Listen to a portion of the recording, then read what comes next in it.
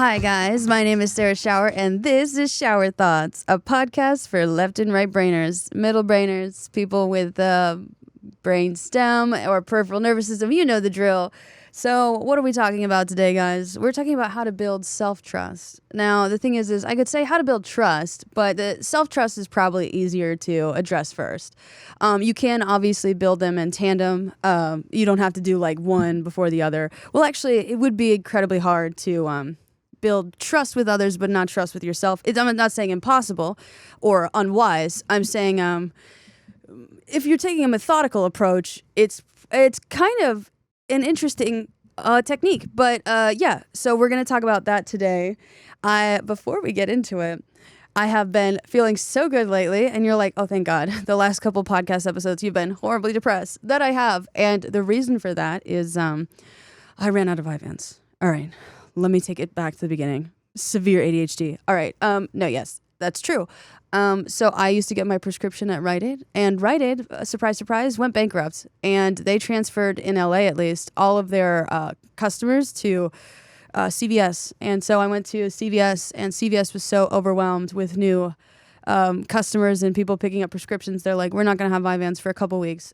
And if you've ever had ADHD or like taken Adderall, Vyvanse, Ritalin, Concerta, any of that, and you're like, shit, this is about to be rough. And it was rough. My brain was liquid. I mean, like, I could focus, but it took like every single thing in my body. Now, I think that mainly why that happened is because the withdrawal aspect. So I have gone through withdrawal before, but and so like just... But like alcohol withdrawal. This like withdrawal from like Vyvanse was just so rocky. It was just so much. I was contemplating doing a lot of unwise stuff, but I made through it. Anyway, so when that happened, like CVS is like, come back. And then I came back like a couple weeks later, and they were like, we still don't have it, but you should call your doctor. I called my doctor, and they're like, it's July the 4th. It's, a holiday, so we're not here. And I was like in the CVS, like, I need it. I obviously didn't like have a full-on breakdown in front of them. I know that pharmacists, you deal with a lot on the day, like you deal with a lot. And so I didn't want to have my complete and utter mental breakdown. I went to, aisle 18 with the highlighters and Scotch tape. And I was like, please, can someone give me some fucking Vyvanse? It was very unsightly, unbecoming. Yeah, respectability just completely out the window. But I didn't bother anyone. I was just, having a meltdown. And so then 2 days ago, or yesterday, I finally went to like the 5th CVS in Culver City. And I was explaining the situation, and they're like, well, we're about to go on lunch break. And I was like, and they're like, okay, we'll help you out. And so I got my Vyvanse finally. They were super nice. I left a 5-star review on the CVS. I just, they probably didn't need that. But when you're like so overjoyed, you finally got your meds again, that you're like in such a good mood that you go on the CVS and you're like, 5 stars. Let me just say, service unparalleled. Wide variety of candy and beauty supply selection. Everything was nicely stocked. The staff was very nice. And it's just like, this person is clearly on Vyvanse. They went through every single like category in the store. I wasn't on Vyvanse at the time. I was just so genuinely relieved, and they were so nice to me that I had to write the review. Now, the second thing that I'm happy about is gay related. Now, and this is, I'm going to jinx myself, but I won't. It's just such nice gay things are happening. When you talk to someone who's genuinely interested in you as a human being, and they like ask open-ended questions, and they like riff with you, and there's like banter and stuff like that, and they're like really cute. Oh, it's just really nice. And the thing is they're kind of far away from me. But lesbian distance is different than the imperial system. Like usually you'd say like 80 miles is far. For straight people, yeah. For lesbians, no. There was this one article I read a while back that I thought was so funny. This like lesbian commandeered a boat from Russia to escape, to go to Alaska and date a girl in the States, and I was like, that's so me. I would do that. I would steal a boat to have gay sex. Of course. This is shower thoughts. Like, anything to get wet. No. Oh, no. I mean, like, obviously they must have been in love. No. Lesbians are not always in love when they have sex. I would steal a boat even if we weren't in love. I just think that's something that I would do. I kind of want to, at some point in my life, commandeer a vessel. I'm just speaking out of my ass now. It's a Friday. I got my Vyvanse. Gay stuff is happening. I'm going to talk about self-trust, which did make me emotional this morning outlining it. Not because the thing is I trust myself, but I have a hard time trusting others. And so to establish trust with others, you do need a fair bit of consistency. And I trust Rebecca deeply. I trust you, Rebecca. Hell yeah. Nice. Hell yeah, brother. That's sick. Oh, no, I mean, like, very reliable, very professional, Yeah. like, very consistently cool. I'm never. You. Yeah, just a breath of fresh air. Oh, thank you. Yeah. So I have my friend Cheney, who I trust deeply. I trust my friends, but I think I just with society in general, I don't really trust. Very hot and cold, and a lot of people do kind of. I have said in the past, a lot of people do talk to me like I'm stupid, which means they're leading with assumptions and expectations, and so it's kind of repelling. I actually did. I'm going to cross my legs. So if you're watching this on YouTube and you're like, is there a hole in Sarah's pants? There is. Now, anyone with sorry, I'm switching around. You're like, did you get your Vyvanse back? I did. I'm just excited. So I'm going to cross my legs and there is a hole in my pants. But anyone with thicker thighs, you understand the issue. Your thighs rub together and then they eventually, rip a hole in your thigh, like the thigh part of your pants, and now you just have like two holes. And then every time you sit down close to a friend is like, there's a hole there. Is that for easy access? No, it's because I have thick thighs. But I guess actually, yeah, it could be strategic.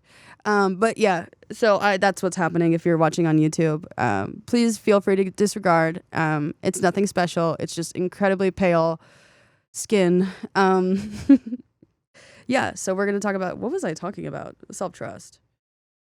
What was I talking about? Oh, shit. Did I take the Vyvanse? You were talking about getting the Vyvanse. Yes. Oh, yeah. So a lot of people, okay. So a lot of people talk to me like I'm stupid, right? Which means they're leading with negative assumptions. And so a lot of people do wonder how to be more magnetic. And the thing is there is actually like the physics aspect of being some people literally are magnetic, but like that is kind of in your brain. Well, it's like the things that could be magnetic. Yeah. But if you want to be magnetic and people drawn towards you, you kind of are supposed to, ask open-ended questions and lead with positive assumptions or like lead with positive expectations. Right. And so that's not to say that you should be naive. You should be discerning, right? And you should be open and communicate openly. Now, again, this is not saying you guys need to be magnetic. Let's all edit our behavior so everyone is drawn towards you and just, I'm saying if you want the option, right? If you're like, how do I come across as magnetic? And then related to magnetic is charming, enticing, drawing someone in. It's it's open-ended questions and positive expectations. You don't ignore the red flags. You factor them in, right? You're discerning, and that's where, you can start to like remove yourself from the conversation. But if you want the hack for that, that's how you are magnetic. Anyway, so yeah, a lot of people are quite repelling. And that's the thing is you don't have to be, and I don't mean this in a shallow way, attractive. You don't have to have an attractive personality. And I'm not saying, I'm talking about repulsion and attraction in terms of physics, not like, God, your personality is so sexy. Oh God, your personality is so hideous. Like, it's not like that. I understand though. But yeah. Also, you guys are so cool. It is wild. Okay. So this is just more backstory. We're getting into the shower. It is a Friday. I am very happy. This usually never happens. You guys are so freaking cool. So I did have to set a boundary on my Instagram stories recently because a lot of people, when they hit on me, like especially, well, women, men I just block. But women, when they hit on me, they like neg, which is where they give like backhanded compliments. And then like I can scroll up and see like everyone's like every single time a woman has like slid into my DMs, and like sometimes people will like give me a backhanded compliment and then they'll like call me like mommy or something like that, or mother, and I don't mind mother, but the thing is like I have trauma with taking on a maternal role, so like I don't mind it casually, but if you expect me to be attracted to you romantically afterwards, that will not happen. But then also I like set a boundary with like, can you not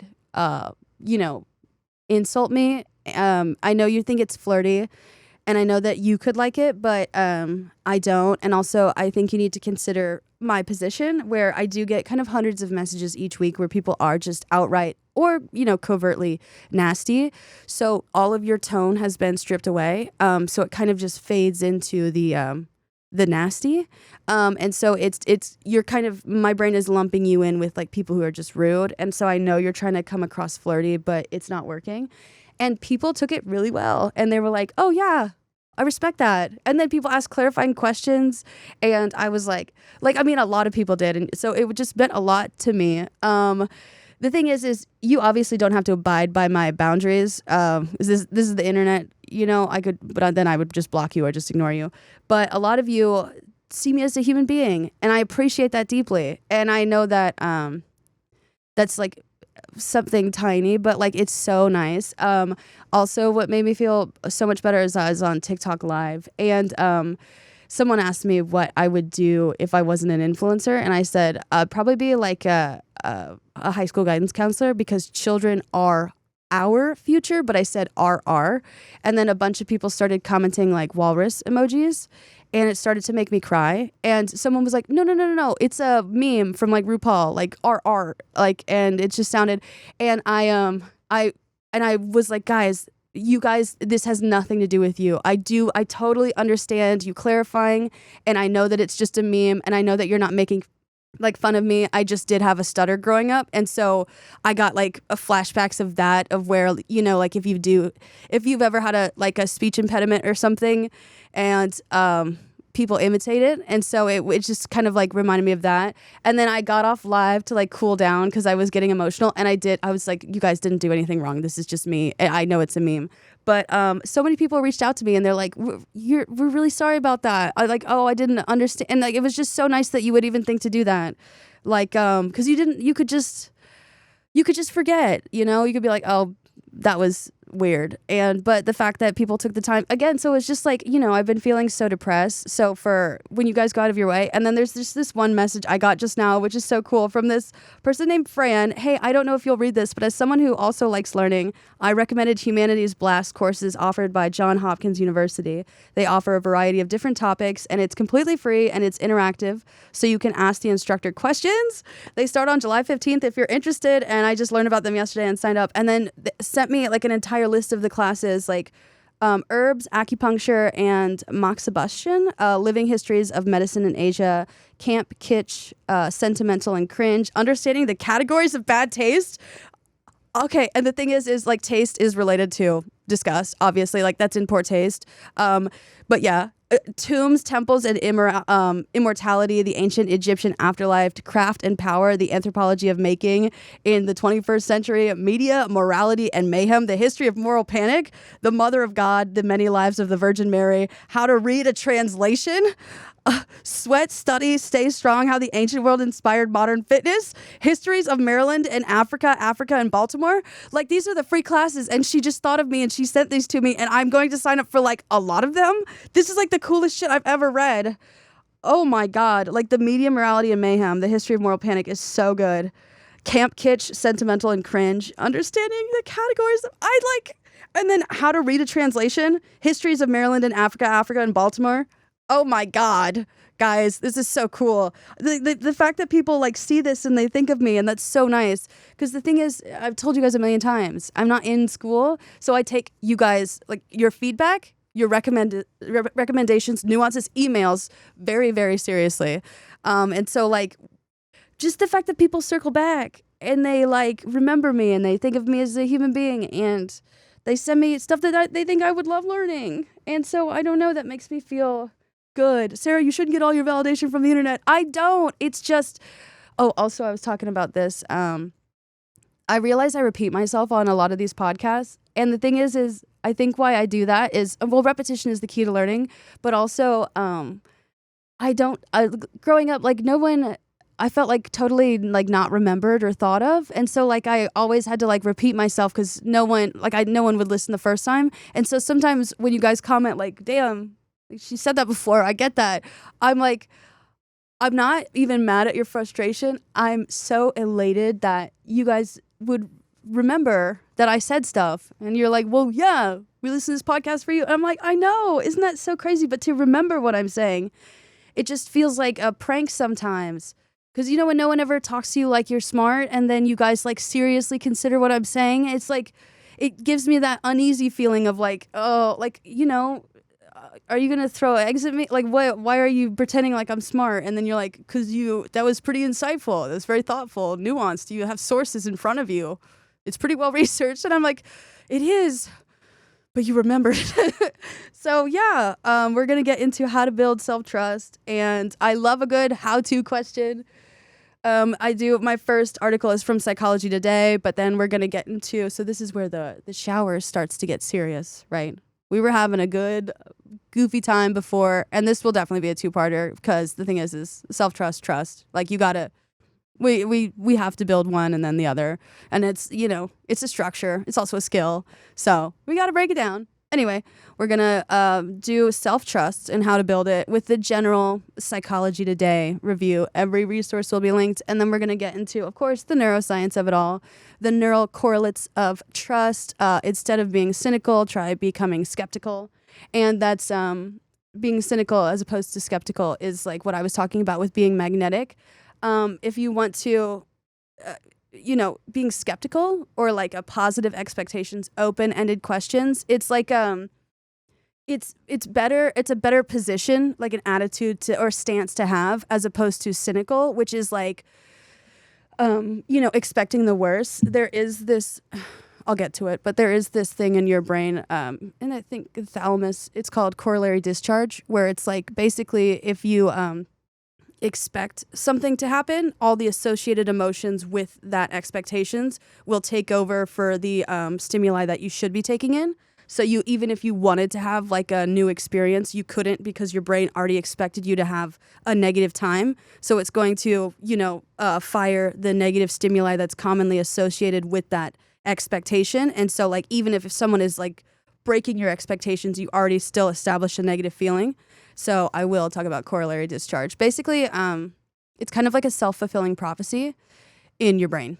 And you can't learn if you think that everything is going to be awful and just come to an end, predestination and all that stuff, just repackaged. But yeah, let's get into self-trust and how to build it. I am so glad you guys are here. I'm so thankful for you guys each day. I feel like mom at Thanksgiving. All right, let's going to say our pit and our peak. All right, self-trust and how to build it. Stand up to the inner critic. Self-trust is not trusting yourself to know all the answers, nor is it believing that you will always do the right things. It's having the conviction that you'll be kind and respectful to yourself regardless of the outcome of your efforts. The definition of self-trust is the firm reliance on the integrity of yourself. There is a difference between a life that is grounded in self-trust and one that is not. When we look at examples of people who are self-trusting, we find that they have clarity and confidence in their choices. They are interdependent, which means healthy dependency, not overly dependent or hyper-independent. They speak with authority that comes from a deep place within, but is not arrogant. They are good observers and have cultivated the ability to learn from their experience, both the successes and failures. Yeah. Sorry, I keep having to burp. But yeah.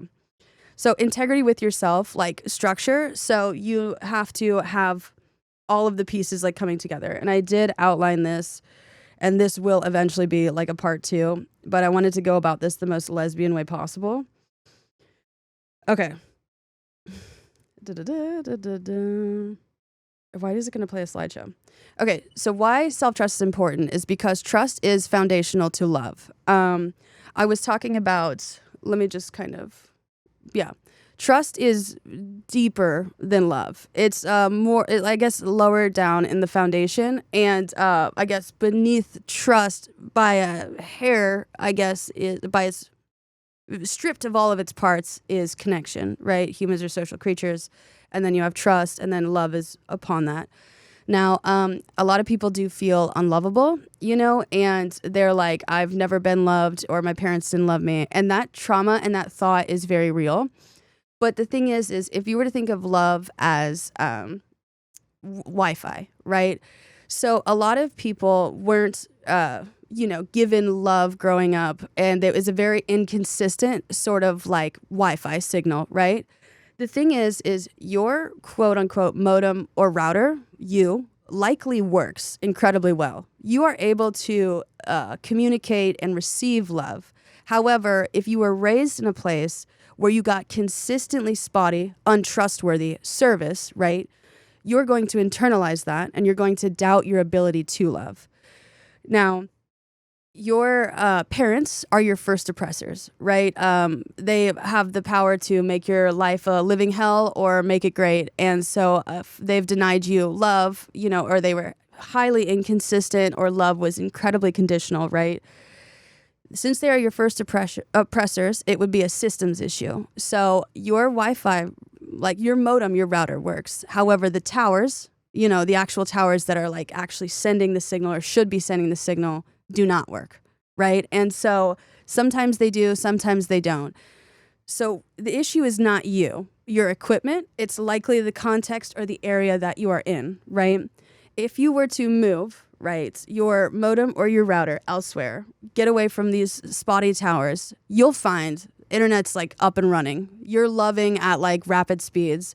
Because the thing is a lot of people focus purely on parental love, but parental love is layered, right? It's parental love. However, love stripped of parental, like you guys love your pets, right?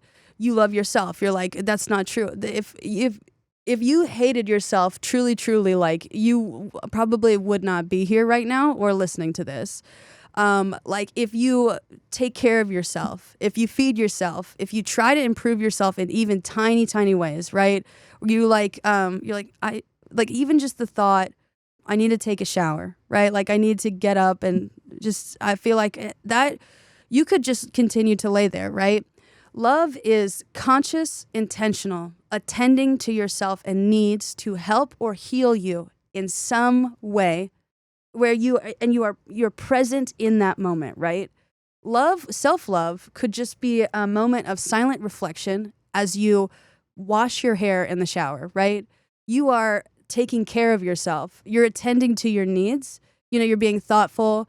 You're getting quote unquote, I guess, better, because if you got consistently lacked in hygiene, that could compound into something unfortunate.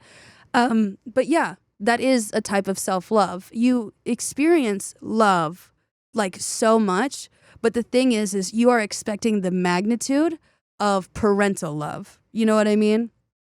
Like, but the thing is with parental love, there's actually a lot of components missing from the system.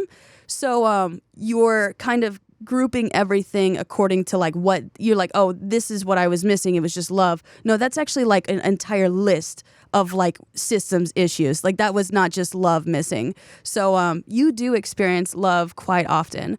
So when you move your quote unquote modem or router to a different location and, you're like, what is this? I can open a internet browser and I don't have to stand on the roof, or I don't have to, I'm not getting breadcrumbed. I can upload a video file. What's happening? You know what I mean? So it's location and context and, finding friends and family and just like chosen family and even just strangers. A stranger can do a little blip of love. But yeah, you're like, how is that possible? It's just a deep attending to, knowing in the present. Why I was studying a lot about this is it's kind of related to like my near-death experience, sort of like interest. When I was reading Attention Beyond Mindfulness, they talked about like the difference between attention and attending to someone. And attending to someone is just like a deep knowing care. It's like a connection. And so, if you're present with it and you're conscious with your care and you're helping or healing yourself in any single way or any other person, that is an expression of love, right? You are getting Wi-Fi. You are online. You are connected. And that's not to reduce you guys. Like, you're not machines. However, the mechanics of like signal transmission, like humans are, we're social creatures we're literally wired for connection. And so it's like it's right there. The analogy, the metaphor, the simile that makes the most sense. You are not machines, but yeah. So love is that. Now, trust is beneath it. If your parents are unreliable, right? They are untrustworthy. If their words do not match their actions, to establish trust, you must have words aligning with actions. So, I was actually, you know what? Let me just go through I hate when my phone just plays like a random like slideshow of every person I've ever dated. Remember these memories? This person broke your heart. Yeah, I hate those. I was like, well, I'm trying to see my notes and then just la da da da da da da 2020 something. Okay, well, sorry, let me read you my notes. Now the thing is I was going, in my next episode, I'm going to get more lesbian about this. This is more like the neuroscience of it. So yeah, what I wrote was, I'm outlining a podcast episode on trust, starting with self-trust, and I will be going about this in the most lesbian way possible with construction. And this is just to get everyone on the same page, and then this will be continued later. Trust is foundational to love. We need to establish precise zoning. You have a rough idea and general ownership of land, autonomy, but we got to know exactly where you start and stop exactly. So this is like breaking it down to its like very, very like core elements, right? Some of you have been unlawfully built upon or have had your resources drained. So we're going to have to cut that off, and you do have the authority to cut people off. That's not to say we're going to cut you off from your community, that is vital, but your parents have likely misused eminent domain laws. Parents are our first oppressors. If they've misused authority, way overstepped, we're going to right that wrong. Self-trust establishes trust with others, and so you really should address self first. And so to address self first, you need to define what self is. Now, when I always talk about like decentering gender, right? Gender is like a quality, right? And like male, female. So there is a certain type of measurement that is needed. And so now you can't really measure your gender like with a ruler. However, you can say, oh, that person is more woman, like looks, and if someone was like being a doofus, that looks like a woman, that looks like a man, and they're measuring this person up, right? They're taking in so many like random superficial factors. They're like, I see boobies, no lump in pants, skirt, tan, makeup on, that is a woman, right? They are measuring you. They're like, these are all the qualities come together with like a certain type of measurement. So moving along, if you want to be trustworthy, or you want to be trusting, or you want to have self-trust, you need to define what self is. And you're like, it's me. I get that. You think that yes, it is you, but also if your parents weren't trusting with you, or you don't trust other people, or, you're socialized as a woman, you're supposed to extend yourself, or if parents thought of you as an extension of them, right? So your brain is still socialized to believe that way. Your self is defined by like what you can give, and if you feel bad for taking, you feel bad for accepting. This is your quote land, right? But it's just public use. And while public use land is great, if you didn't choose that, if this is your actual physical body, you need to put up, like, we need to go around and see where the zoning is, precisely where other people start and stop, so you can define self. So then, yeah. Why is it playing my fucking lowest moments of my life? So like I was saying, trust is a quality. It must be measured. We have to establish measurement type, like feet versus meters. A lot of people really can't put together if they do trust themselves or if they trust other people, mainly because we're like kind of metaphorically switching between imperial and metric. And the thing is that does happen a lot.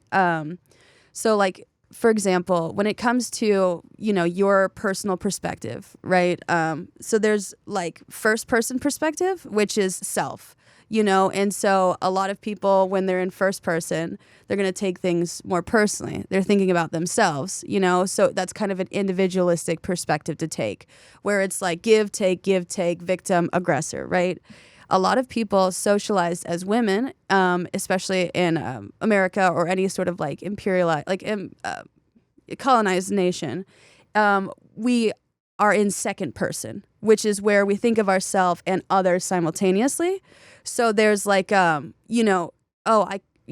I do this, then they have to do this, right? Or like, I have to be the one in the relationship who always like is in control, because you're now. You have to consider both people. And while it's nice to consider both people, if they're not thinking in second person perspective, where you guys are two people who are equals, who are sharing emotion, sharing perspective, responsibilities, intentions, desires, beliefs, right? If you don't share intentions, desires, beliefs, you're not effective collaborators. And the second person perspective will not serve you at all. You're just going to end up giving your energy away. And then the third person perspective is detached observation, which is where I live.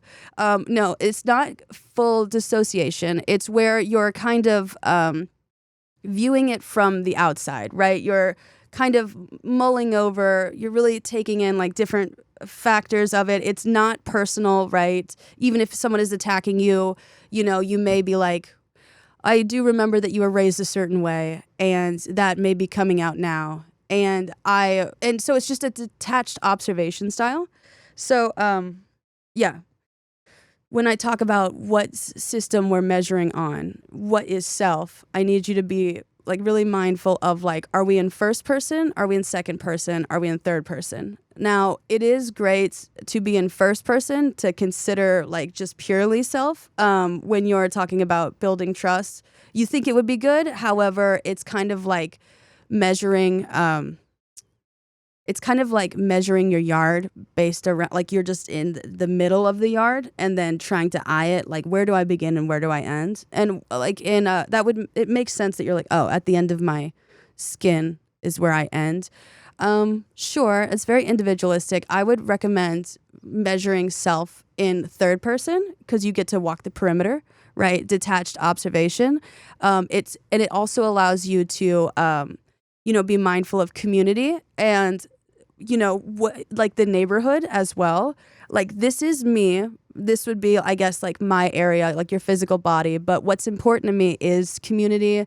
And I don't claim ownership over other people, but like these people, we've just like established, community, collaboration. We lean on each other. And so like or like family members or friendships where you share self. It's not like they are part of you and you incorporate them into the system. It's just like this is, I guess, central, and then these are the surrounding things that are important to me. So, but yeah, just get a sense of self, and then we build out from there. So that's like measurement system.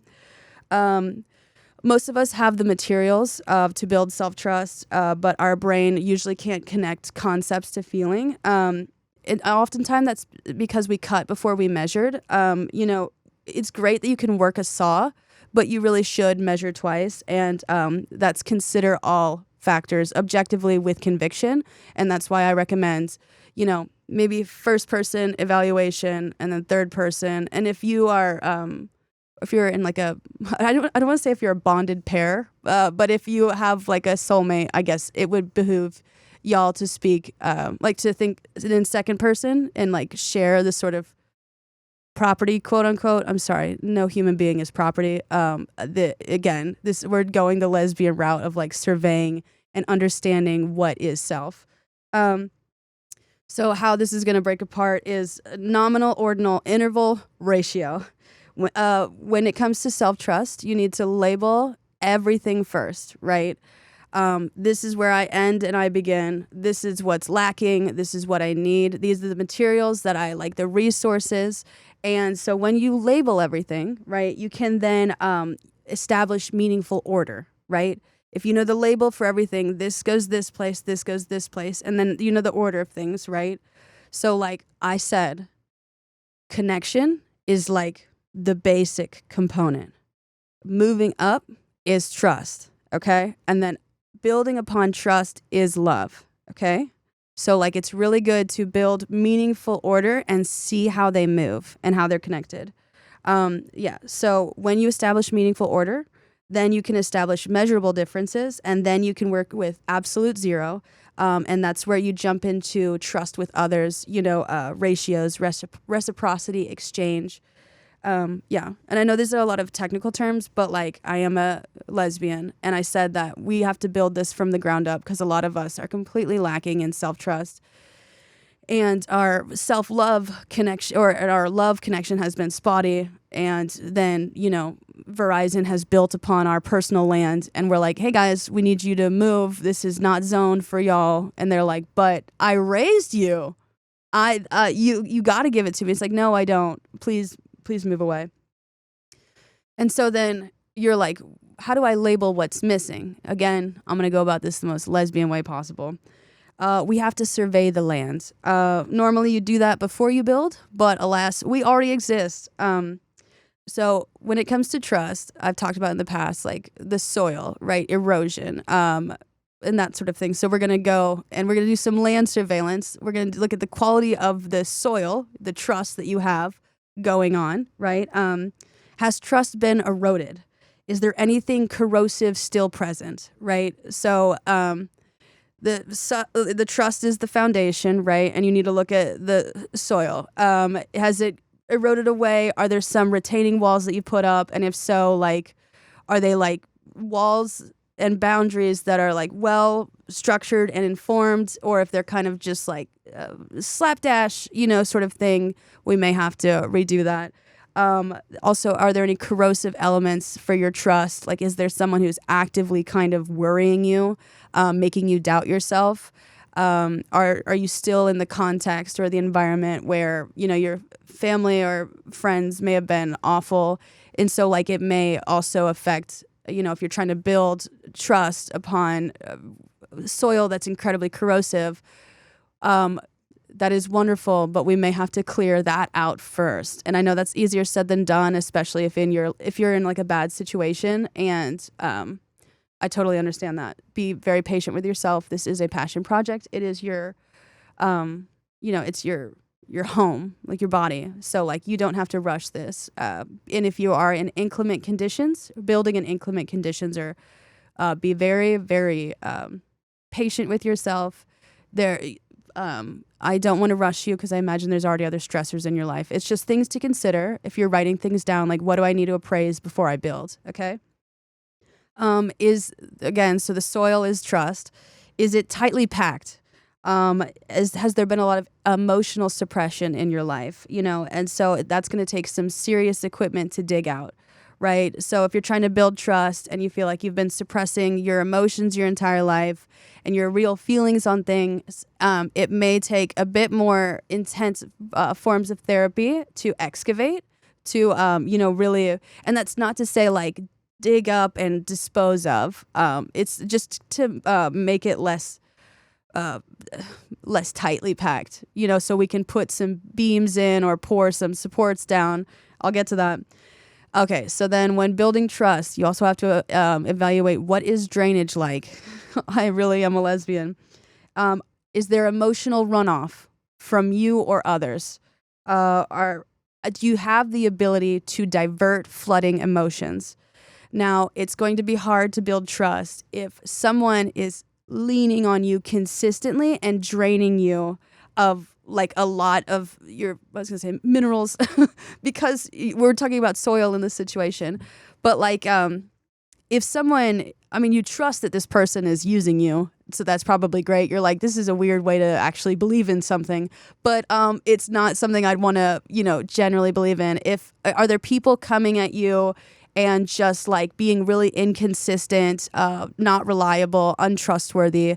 How are you dealing with that issue? Like, do you have, like, is there proper drainage? It's not to say that, just don't ever deal with someone who's going through stuff. You have to make sure that the soil can handle this amount of liquid tears. Sorry, this is like a lot of similes, analogies, and metaphors.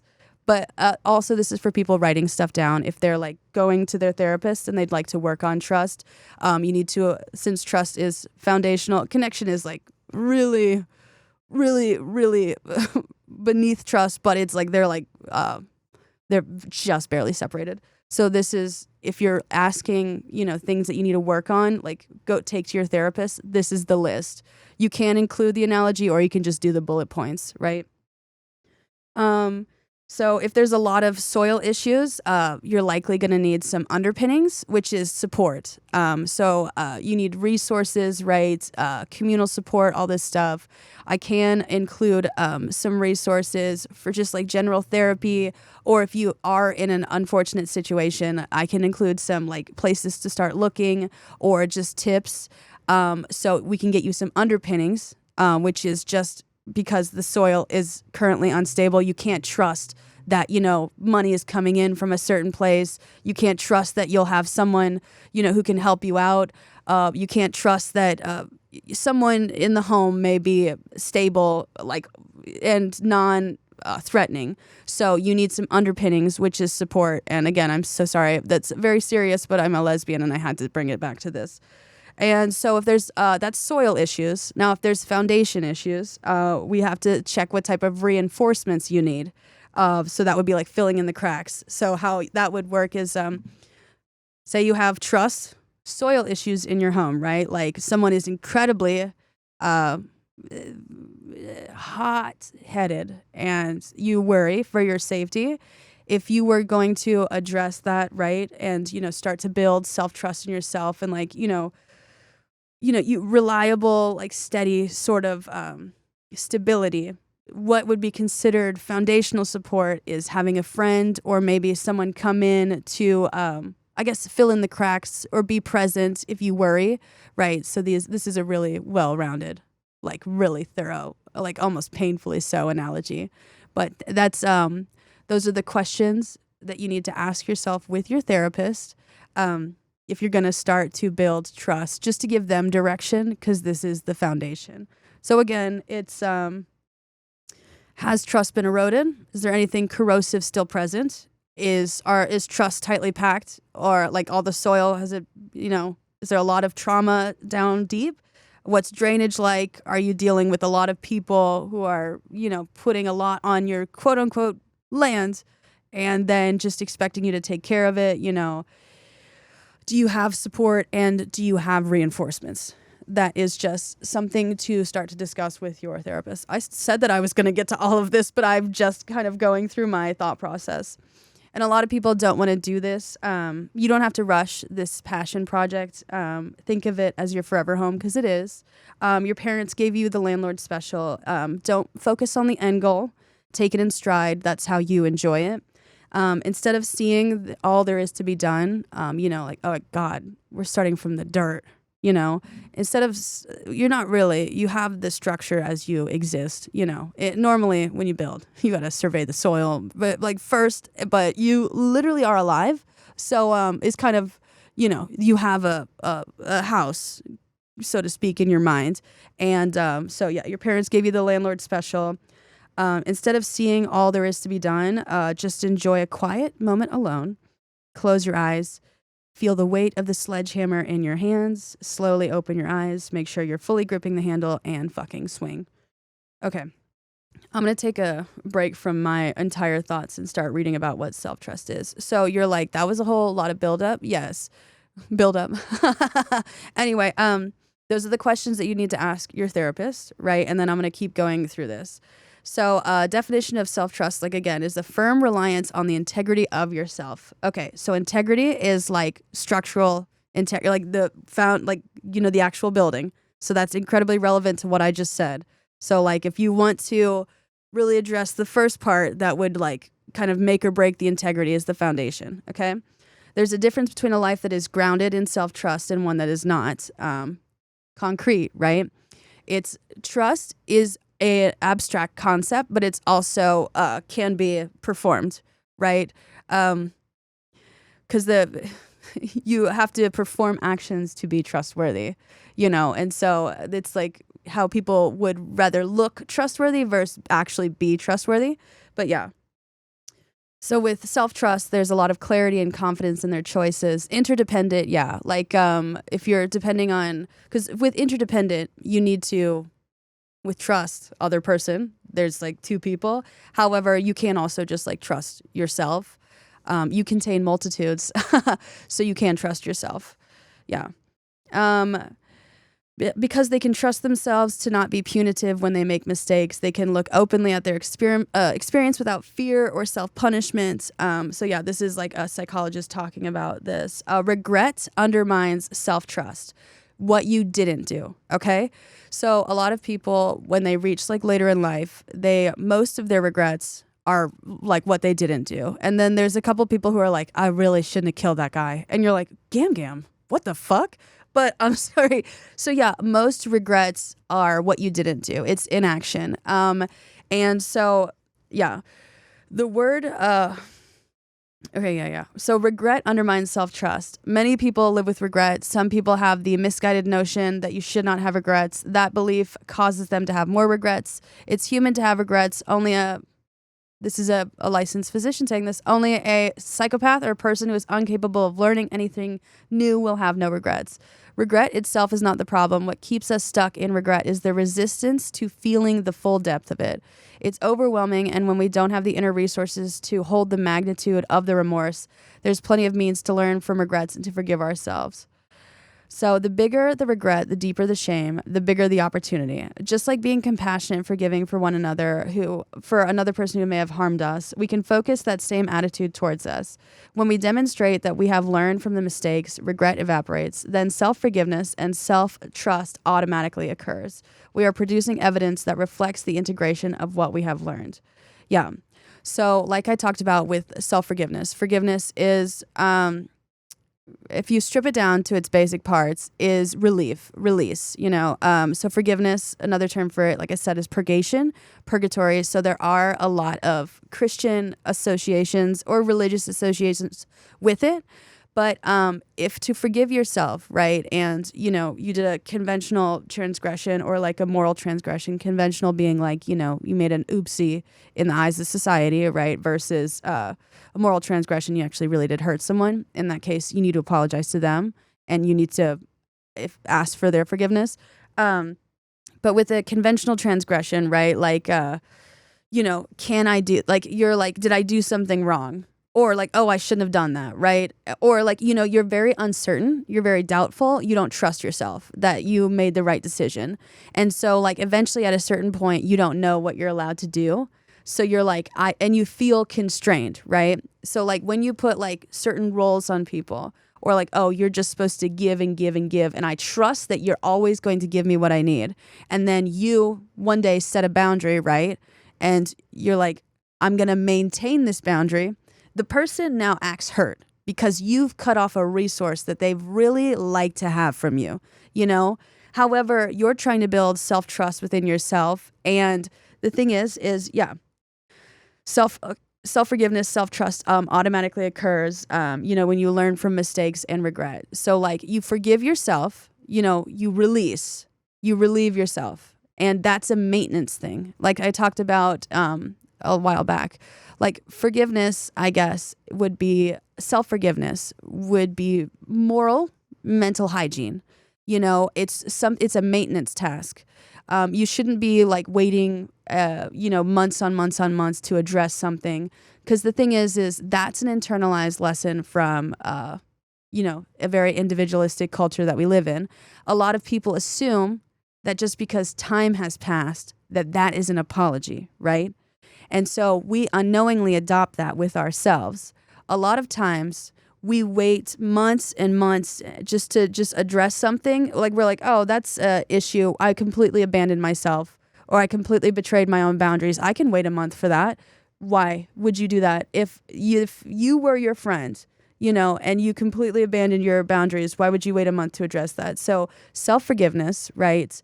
Relief is like a weekly task, did I betray myself? Did I abandon myself in some way, right? And betrayal and abandonment, untrustworthy. You didn't show up for yourself. And so trust, it's words match with actions. So evaluate where words and actions did not match this week and be like, okay, that was a mistake. I will learn from it. And I forgive myself for doing that. And to prove and to regain trust, I will perform it as, I said I would. And the thing is when it comes to like goals and boundaries, they should be realistic, sensible, not like, oh, I said I was going to work out 7 days a week for 3 hours a day, and now I don't trust myself. That is not a realistic goal unless exercise is your profession. In that case, wow, you really messed up that one. I'm sorry. No, there's like some bodybuilder who's like, I said I was starting cutting, but then I like really waited and I just, okay, yeah. But yeah. So self-forgiveness and self-trust, they are taking the, I guess, religious route. We can do that. So avoiding the inner critic undermines self-trust. People who have not learned to relate to their inner critical voice in a productive way will argue with it or comply with its indictments. When we buy into the negative voice, we diminish our self-trust, trying to escape the inner critic and ignoring it by drinking or drugging. That's so We're going to start drinking or drugging. Okay, Yeah, it was reviewed by a licensed physician. Okay. I think they're taking a moral approach. Anyway, trying to escape the inner critic, and the way to build self-trust is to relate to the inner critic and show it that it is taking a seed of truth and blowing it out of proportion. Now, the thing is your inner critic is like like imagine like an art critic, or like everyone's a critic. There are like very important uses to critics, when like an album comes out and like hearing like what the critics have to say. However, like there's some criticism is complete and utter BS. It's like, who are you? This is going to be a long part too. So I'm going to get into that. So trust is a skill. It's an ability as well. It requires rigorous practice and proof. Saying I want to be trustworthy is like saying I want to be the best soccer player. You know what I mean? That's a great goal, but we need to see you at practice. When you play your position, you shouldn't be thinking, I want to be the best soccer player of all time. I'm the best soccer player of all time. That would be like really, really strange. What you should be doing when you're playing soccer is you're focused on the ball coming to you or leaving your feet. You should always also be aware of where your teammates are or the opponents are. That you should be present in the moment, building the skill, exercising the correct muscles, right? You need optimal stance. In soccer, you have a position to take, and it's similarly mentally with your character, you can have a position to take. And I'm suggesting that you take a skeptical stance. You don't take a critical stance, right? Because like if you're skeptical during soccer, you're like, oh, that's then I don't think that person's gonna pass, or I'm gonna kind of just maneuver, right? It's more like fluid movement. If you're just outright cynical when you're playing soccer, like you're like, oh, these people are idiots, these people are fools. Like you're like an 80s movie, you know what I mean? And people who are like incredibly cynical during play, quote unquote, like that's the stance you've taken, they're often the people that get beat, right? And that translates directly to life. If you're like skeptical of the other team and their abilities, right? Or like, you're skeptical about who's going to win, right? That means that you're going to be committed. You're going to have the correct posture, the correct stance for this game, okay? So yeah, you have to show up to practice, you commit, you become game ready. When life tests you, you get off the bench and you can perform, right? You do that repeatedly and you start to trust your abilities, your teammates trust you, and a away team proceeds with extreme caution. That's how you be the best. You know, you establish a very heightened level of reliability and ability. You become trustworthy, and now you and others can check the stats if you're ever doubted, right? If you ever worry that you're like not trustworthy, you can check the stats. Because the thing is I mean, you could literally write down like anytime words have matched your actions. If you really genuinely truly need to. Because the thing is it's a repeated thing, right? I showed up for myself. Like I did this for myself. I showed up to work. I was reliable. Like anytime you repeated an action reliably. And if you really need help establishing self-trust, write it down. And that will be you checking the stats. Now, that's not to say write down every time you did something wrong, because the thing is your brain does have a negativity bias. So it's not like I'm saying, oh, turn a blind eye. I'm saying that like your brain is going to amplify negatively perceived things, and you are trying to build a positive skill. So you really should acknowledge the positive skill, right? It would kind of be like if you're... I mean, I guess it would be kind of cruel, but like if you're like shooting on a goal, right? Like you can do like goals per game, right? And then I guess if you wanted to keep track of misses per game, that would be so fucking rude. I mean, the better thing to probably critique would be like, you know, what actions were you doing, or like how are you standing, or where were you positioned that, you know, you missed the goal. I wouldn't just outright missed. Outright, like what? And so like that's also like a lot of different sports measure like passing and all this stuff, and that's like teamwork, trustworthiness, reliability. So if you're building trust, like I said, labeling, noticing, you know, and starting to build and see like what resources you do have available.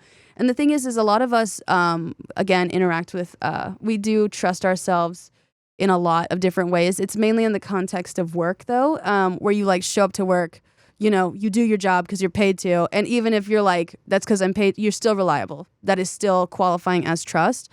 However, when it comes to self-trust and you're like, oh, that's not, I don't know if I'm believing it with conviction, is because, again, we live in a capitalistic society where we kind of cut ourselves in half, where we define ourselves, label ourselves according to work.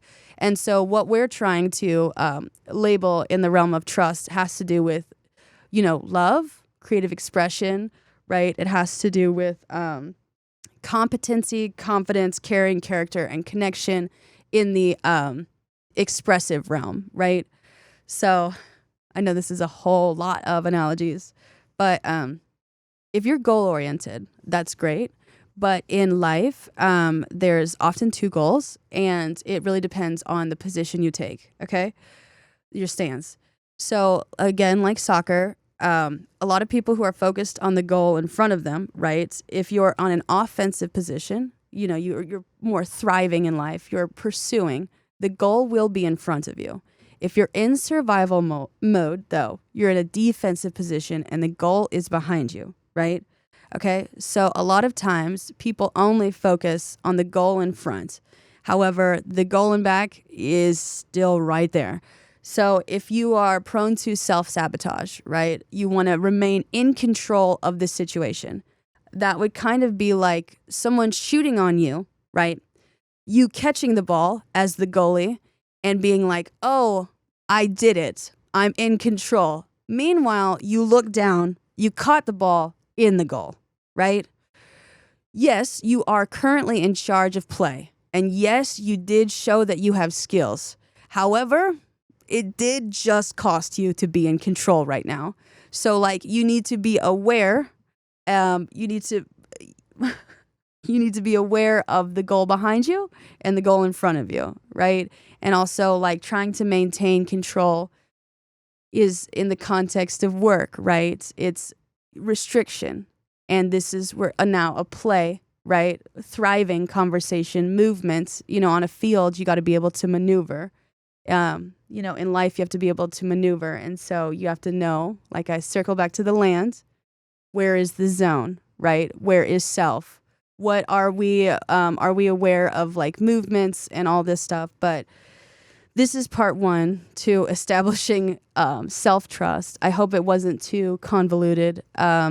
It's a lot of moving parts. I am a lesbian. I had to touch on construction and sports and, you know, break it down emotionally. And I guess I was.